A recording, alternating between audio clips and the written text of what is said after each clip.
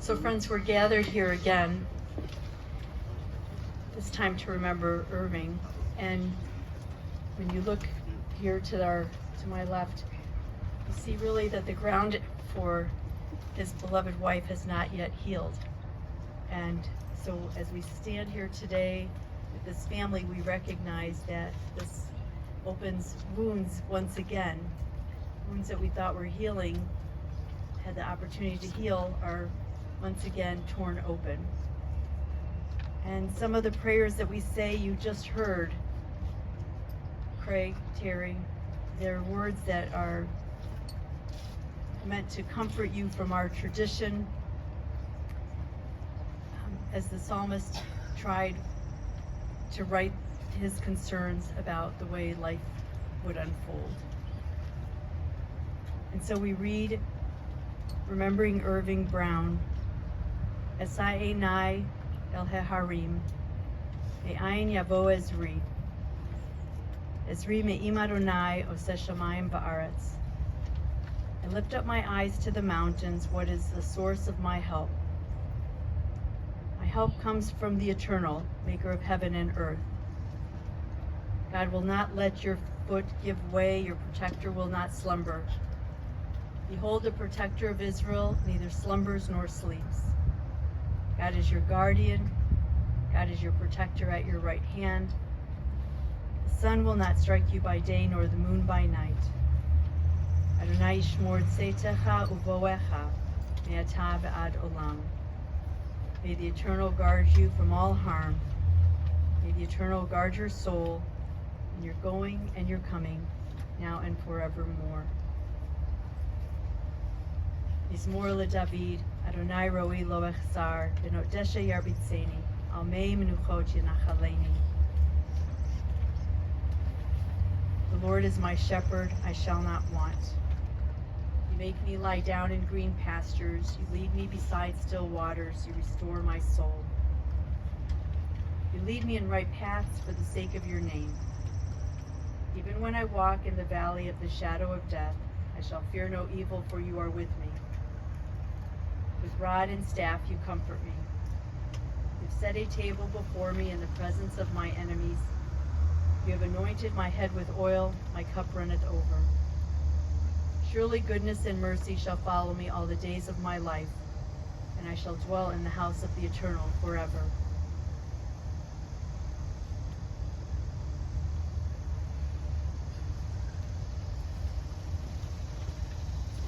Psalm 15 is considered the gentleman's psalm. And I'd like to share it with you. As you listen to the words, think fondly of Irving Brown. Adonai miyagur b'ohalecha miyishkon b'har kodshecha. God, who may abide in your house, who may dwell in your holy mountain. Certainly the answer would have been one like Irving. Those who are upright, who do justly, who speak the truth within their hearts, who do not slander others or wrong them or bring shame upon them, who scorn the lawless, but honor those who revere God, who give their word and come what may, do not retract, who do not exploit others, who never take bribes.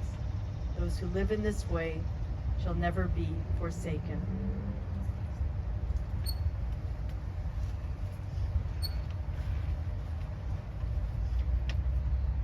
Death has summoned our beloved Irving Brown. Our souls cry out unto you, O God. What are we? Are we the creatures of dust whose destiny is but to return to the dust from which we came? The ancient sage has taught us the spirit of the human being is the lamp of the Eternal. Not even the darkness of death can extinguish the light which the Eternal has kindled in the sanctuary of the human soul. Therefore, O God, we thank you in this solemn hour for that which was deathless in the life of our cherished Irving, and which is now revealed to us in all of its beauty. For his love that united us in life and which death cannot sever. For his companionship which we shared along life's path and which still continues through the tenderness of memory. For the gifts of his heart and of his mind, which brought us joy and happiness and now have become a precious heritage of the Spirit. For all these and more, we give you our praise. Grant unto us, O God, the strength of all the generations of our people who in the face of bereavement proclaimed, Adonai Natan, Adonai Lakach, Yehi Shem Adonai Mevorach.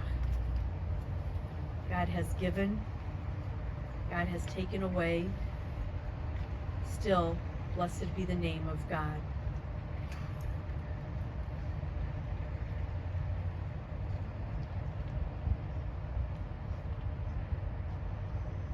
The Torah portion for this week begins with a description that fits the kind of man that this family described to me. For Irving Brown, the Torah says, if a man makes a vow imposing an obligation upon himself, he shall not break his pledge. He must carry out all that has crossed his lips. With these words, the Torah stresses the solemnity of one's words. It's considered a kind of self-imposed legislation. Irving Brown understood that words were very important. Whether in his relationships or in his profession, he knew the power of giving one's word and of creating opportunities by the use of words. Irving was born on July 18, 1924. He was the eldest son of Louis and Eva Brown. He grew up in the Glenville neighborhood and apparently was a good basketball star, even though he lacked the advantage of height. After graduating from Glenville High School, Irving went on to graduate with honors from The Ohio State, where he studied marketing. Irving remained devoted to his parents and to his sisters, to Dorothy and to Beverly, and to his nieces. All of them were important to him, important parts of his life. From his father in particular, Irving learned many important lessons. One that you may have read about in the obituary recounts how Irving's father would get up especially early to stoke the furnace before leaving for work, so that the family would have heat when they woke up. This left an indelible impression on Irving and provided an example of how a father made sacrifices for the sake of his loved ones. Irving would carry that lesson into the life he would share with Edna. They met and married after 3 months, and then 3 months later, Craig was conceived, and his birth date would be the same as Irving's birth date. This was followed 2 years later by the birth of Terry, and then 2 more years later with Wendy. What a whirlwind sequence that would lead to 70 years of a beautiful marriage, a vow spoken and well kept. They could bicker a bit, but Irving was not the kind to raise his voice or get too worked up. Rather, as long as things remained neat and orderly, he lived with great contentment in the life that they were creating together. They would raise their family on Rye Road in Shaker Heights, and later move into the village and establish residency with a group of their Beachmont Country Club friends at Frenchman's Creek in Palm Beach. There, Irving would occasionally join Edna on the golf course, though he much preferred playing tennis or cards. An impeccable dresser, mostly because of Edna's exquisite taste, Irving and Edna made a handsome couple. Edna did a lot for Irving. She treated him like a king, making sure dinner was set before him, often holding the kids until he arrived from work. She made their social arrangements and ensured that they maintained strong friendships at the club in Cleveland and in Florida, for business and for pleasure purposes. They had the opportunity to do some traveling together, most significantly to Israel. No doubt he remembered that as he was graduating from college, the state of Israel was born. They explored around Europe and took many cruises, and he even got to attend the Olympics in Atlanta. After having had quadruple bypass surgery in 1981, and Edna helping to heal him back to good health, one has to wonder if it was not her passing just 2 months ago, even though she had suffered from dementia for several years, that contributed to his heart breaking, for which there would be no repair. The vow he made, until death do us part, seemed to find its fulfillment. Irving always worried about his health, thought he would be the first to go. He had aches and pains that preoccupied him, but these never kept him from being there for his family, especially for his children, a standard he held for himself, a vow he made as a father.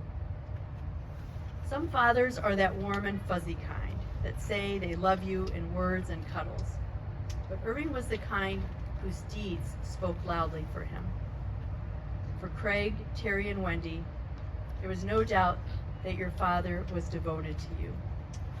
Sharing a birthday was a special gift with your dad, Craig, and sharing a love of baseball also. He coached Craig's Little League teams, even when he didn't have time to do so. Later, the two of you would work side by side, creating some of the slogans that became household mantras. Craig, you had keen insight into his quick wit and his creative mind, and how he made everyone around him feel good. When I asked you if your dad had his own slogan, you immediately responded, "Be kind." For most, it would be enough to just say it occasionally, but Irving had his creative team make it into a bumper sticker that he freely distributed. Be kind. These were not just words, but a symbol of his deeds. And Elliot, Spencer, and Kevin and their families all understood that he was a man who lived up to his motto. Irving was as comfortable with top executives as he was with support staff, a man who cared only about character because he himself was a man of good character, a rule follower who understood the value of integrity. Irving was good company, and he kept good company. For Terry, there was no doubt a stronger connection with your mom, but that was an extension of Irving's love and loyalty to you too.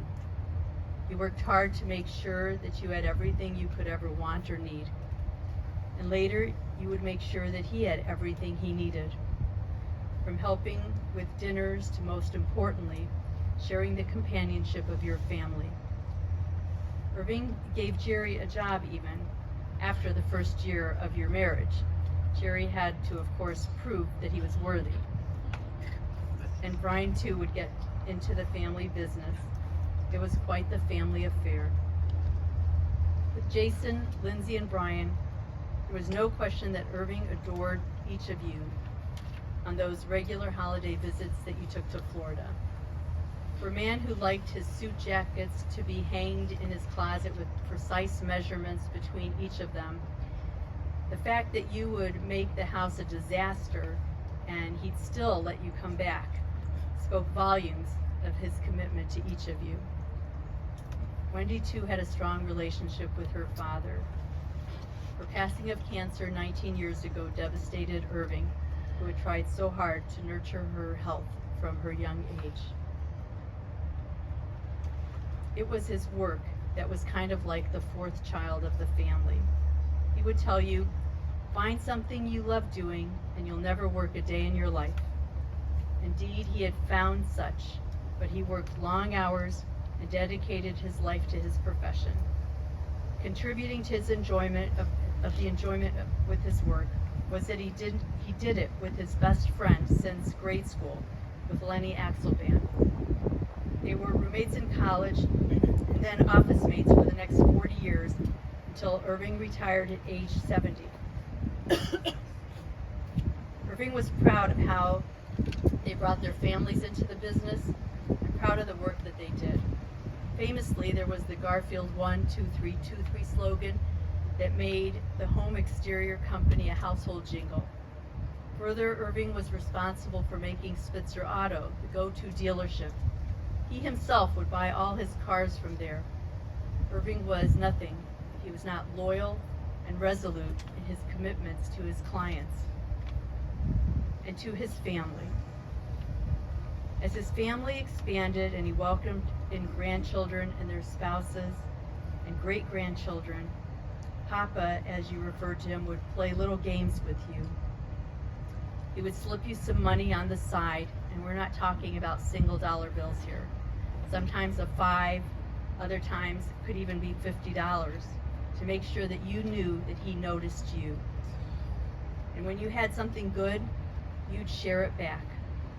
Miles, you were even able to give him his first taste of a Cheeto.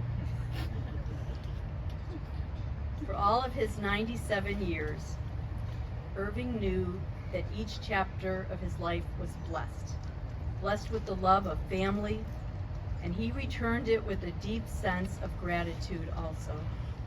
But Irving never expected to live this long. He'd prepared a celebration of life brochure, which some of you have in your hands, which was to be a guide for this service, listing who would speak and who his backups would be. Certainly his relationship with Rabbi Scoff and previously with Rabbi Cohen at Park Synagogue would have made the list. Irving appreciated the holidays and made them important to his family's lives. His loyalty to his Jewish heritage and the traditions went unquestioned. But since Irving outlived many of his designated speakers, he's blessed with loved ones who are able to tell his story and celebrate his contributions to the strength of this family. In a moment, you'll hear from his grandchildren, from Act 1 from Lindsay, Act 2 from Brian, and Act 3 from Jason. And then because he lived so long, there's an Act 4, Craig. Each of them pays tribute to a man who lived a good life, who knew he was blessed every day, and who leaves behind a legacy of the value of his word and his deeds. May his memory inspire you to do similarly, as we now join with the sages to declare Zichrono Livracha.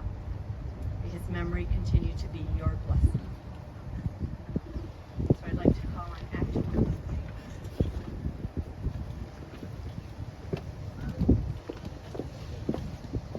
So we've been planning for, well, is that good? Can you hear me?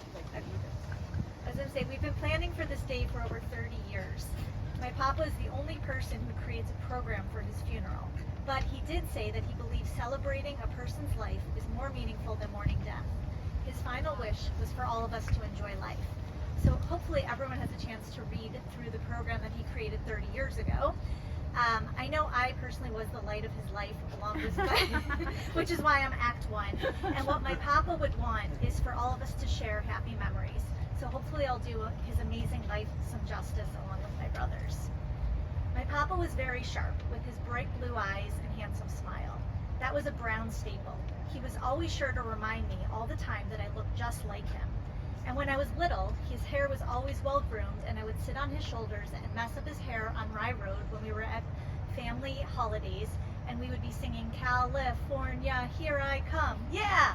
So he loved El Josin, he loved his family, and I know he used to pretend to get upset that I would be messing up his hair, but secretly he loved all the moments that we had together. Some of my other most fond memories were the times on the golf course at Frenchman's Creek. My papa would take me out. I know Rabbi Rosie talked about he loved tennis more, but since I liked golf, he would take me out. We would be sitting and about to putt, and he would start heckling me, don't pull it right! And of course, I would sink the putt, and then he'd say, ah! Or every meal with my papa was without fail the same. He would walk around, he would either pick out a hot dog, a piece of something unhealthy like a cake, and he'd sit down and say, oh, I can't remember the last time that I had a hot dog, or I had this unhealthy piece of cake, and I would secretly remind myself, yeah, this was yesterday that you had the hot dog or piece of cake, and he would just be so happy to be spending time with us. My papa also inspired me in so many ways, both personally and professionally. I know the rabbi spoke about that he met my grandma. They were married for 70 years. It's really a bond that I just aspire that Matt and I have. But one thing that you mentioned is they met and then they were married within 3 months. So those of you who don't know, according to my papa, he never actually proposed to my grandma. So as I mentioned, he was an Al Jolson fan. After Lenny introduced him, I think Lenny and Ruth Ellen, they went on their first date, and my papa and my grandma went on their first date. A week or two later, my papa was taking out Edna again, and he said he was starting to sing the Al Jolson song, Mammy. The sun shines east, the sun shines west. He got on his one knee and said, and you're the girl that I love best. And my Nana goes, I do. He said he went home the next day and everyone started, so Lenny called, everyone was calling, congrats, you're getting married. And so he's, till this day, still or till the day, a couple days ago, he still swore he never proposed, but I know either it was his love for her or his commitment, but he really loved my grandma, he loved his family and all of us equally. And then also professionally, we also talked about how he had such commitment. He did inspire me, hard work ethic. It's something that if you love your job, you never work a day in your life. Unfortunately or fortunately, like my papa, my third child is my job. And it's really, I think, a testament to his hard work that he instilled in all of us. He was so proud of all of our successes. I know that he was just always, every time we talked about work and all that, he just couldn't be more proud of me and everything that I grew up to be. So I'll leave with one last quote that I know Brian's going to get upset, but my papa always said to me, yesterday is history, tomorrow's a mystery, and today is a gift. That's why they call it the present. And he lived every day to the fullest. He had such a wonderful life that I hope everyone can celebrate, and I'm really thankful for the 42 years of presents that he gave me. Act 2.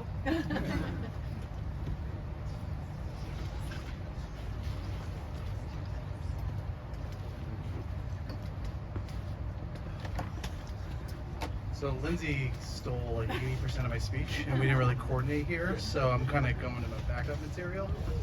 I was going to start with that quote because my grandpa told me it 100 times. Yesterday's history, tomorrow's a mystery, and today's a gift. That's why I called the present. And he truly believed every day was a gift. And we had a lot of running jokes about Papa, and a lot of them. I spent every vacation, spring break and winter break, in Florida with Papa and Grandma.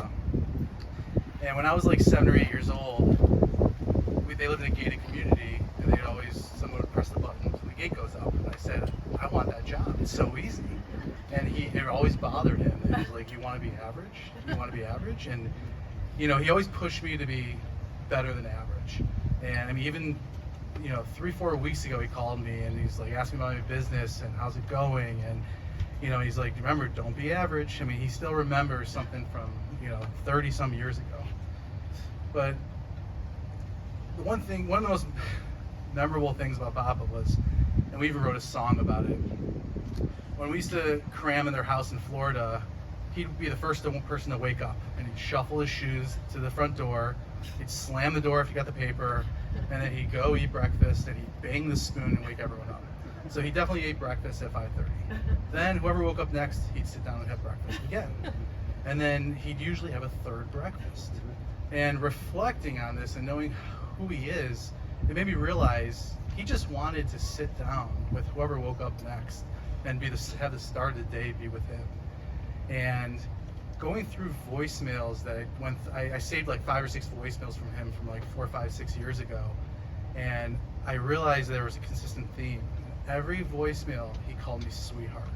And usually, grandfathers are a little more rough around the edges, and it's the grandma that shows all the love and everything. And my grandpa was just a sweet man. Everything about him was nice, and he loved to brag about us. It was a running joke with my dad and I. We'd go play golf. My dad would shoot us, and he'd be like, hey, what'd you guys shoot? And my dad would be like, I shot a 73. Oh, that's great, Jared. What'd you shoot? And I'd say 83. He'd be like, wow, 83, that's amazing. And he'd go around and tell every single person at the club about one shot I hit, and just, it's unbelievable.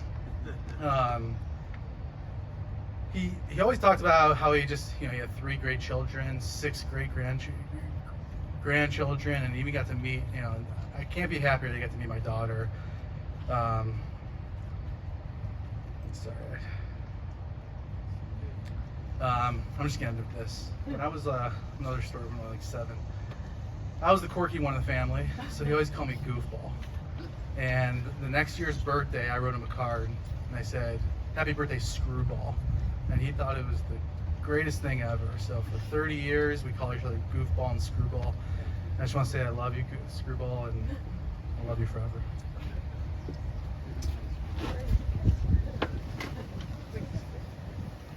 Great.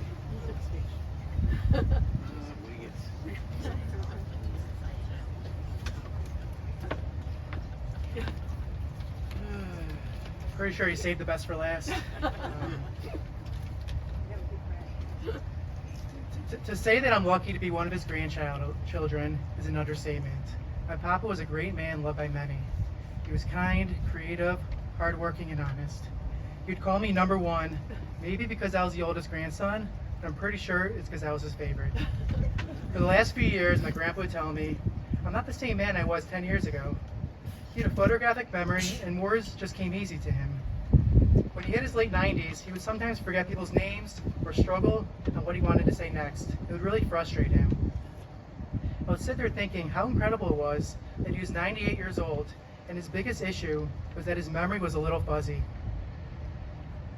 My response would always be, Papa, I'm in my 30s, and we have the same problem, but his advice was always to never stop working and to keep your mind sharp. In 1981, he had open heart surgery.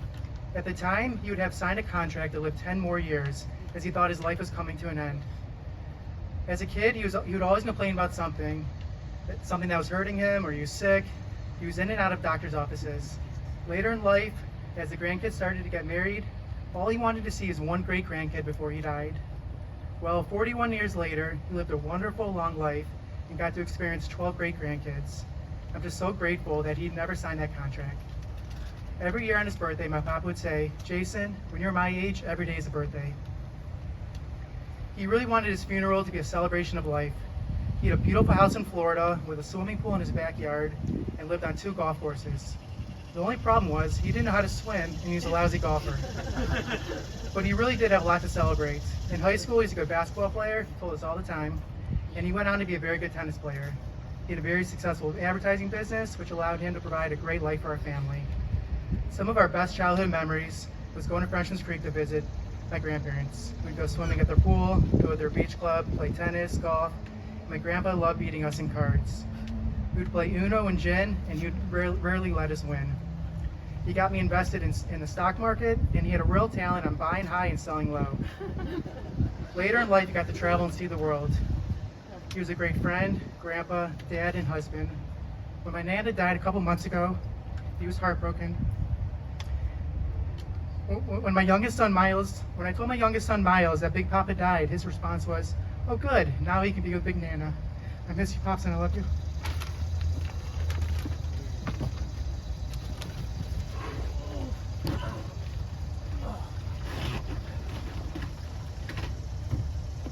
I'd like to thank Rabbi Rosie for spending so much time with our family the other day to get to know my dad.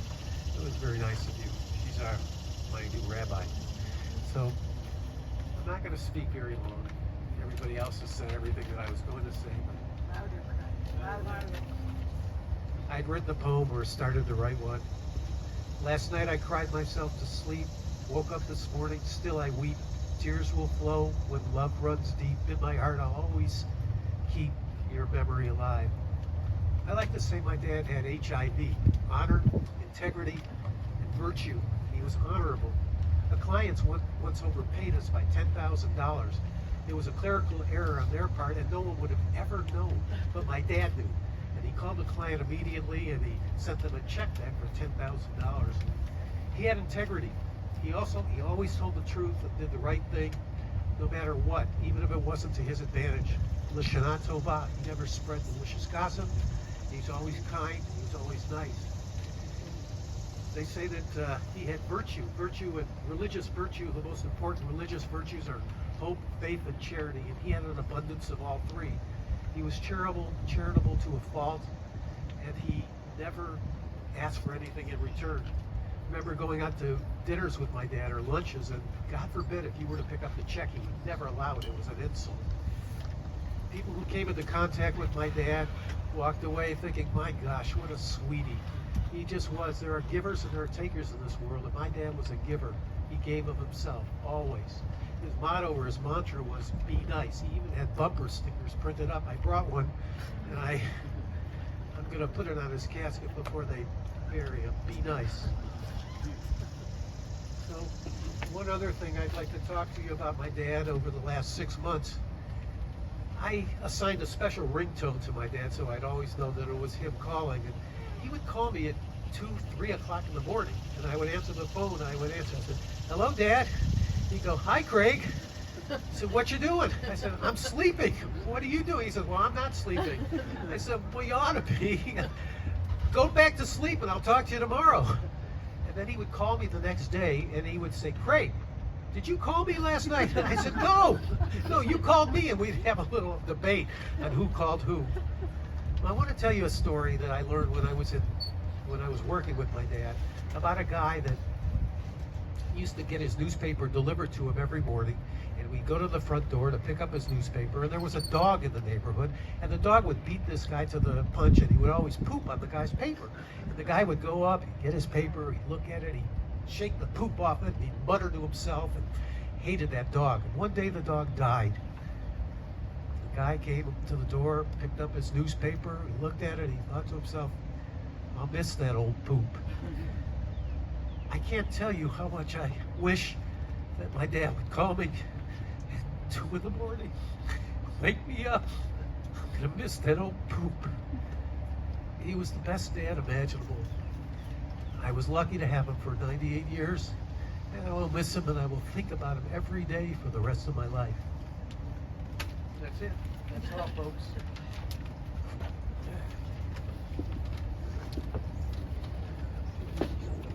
Each of you has precious memories of Irving.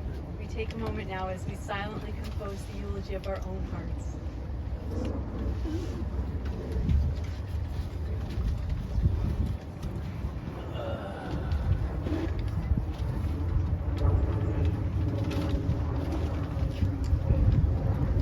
Yiratzon milfanecha Adonai, suri v'goali. May not only the words that we speak, but even our most precious private meditations be acceptable to you, our God, our rock, and our Redeemer.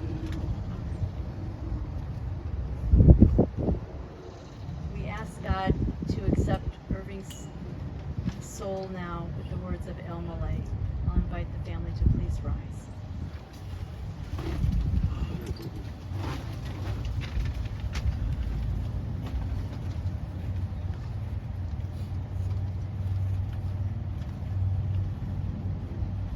El Malay Rachamim, Shochein Ba'amaromi. Amsei Menucha Nechona Tachat Kanfei HaShekhinah, Kedoshim Utehorim, Kezohar Harakia Mazhirim, Et Nishmat Chaim Ben Leib Berivka Rezel, Shahalach Olamo. Al Harachamim Yastarehu Besetra Kanafav La'olamim. Bitzror HaChaim Et Nishmato. Adonai Hu Nachalato. V'yanuach b'shalom al mishkavo, v'nomar amen. O compassionate God, eternal Spirit of the universe, grant perfect rest in your sheltering presence to Irving Brown, to Chaim, son of Leib and Rivka Rezel, who has entered now unto eternity. O God of mercy, let him find refuge in your eternal presence, and let his soul be bound up in the bond of everlasting life. God is his inheritance, may he rest in peace, and let us answer.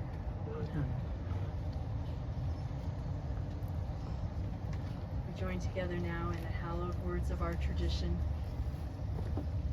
as we recite the Kaddish together.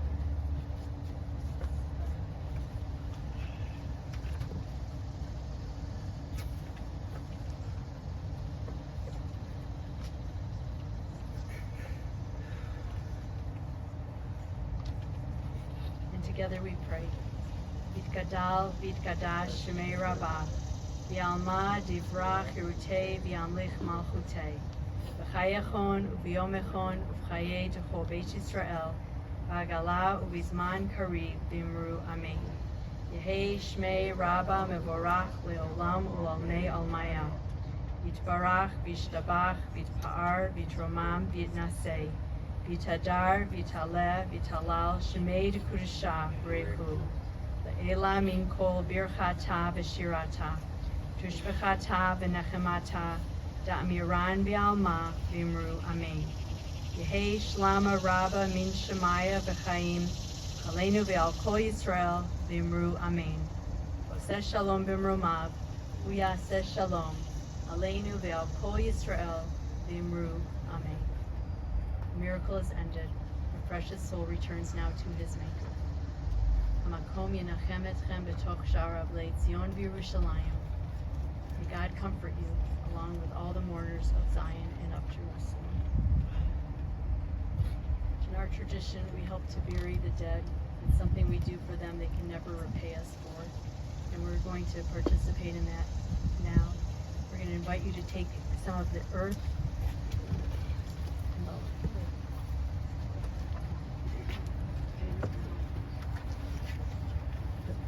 As you do so, you'll place some of the earth on the casket and then return the shovel back into the wheelbarrow, into the earth. The symbolism is that we can't pass our grief from one person to another, and that in doing it this way, each one recognizes they must lift this heavy burden for themselves.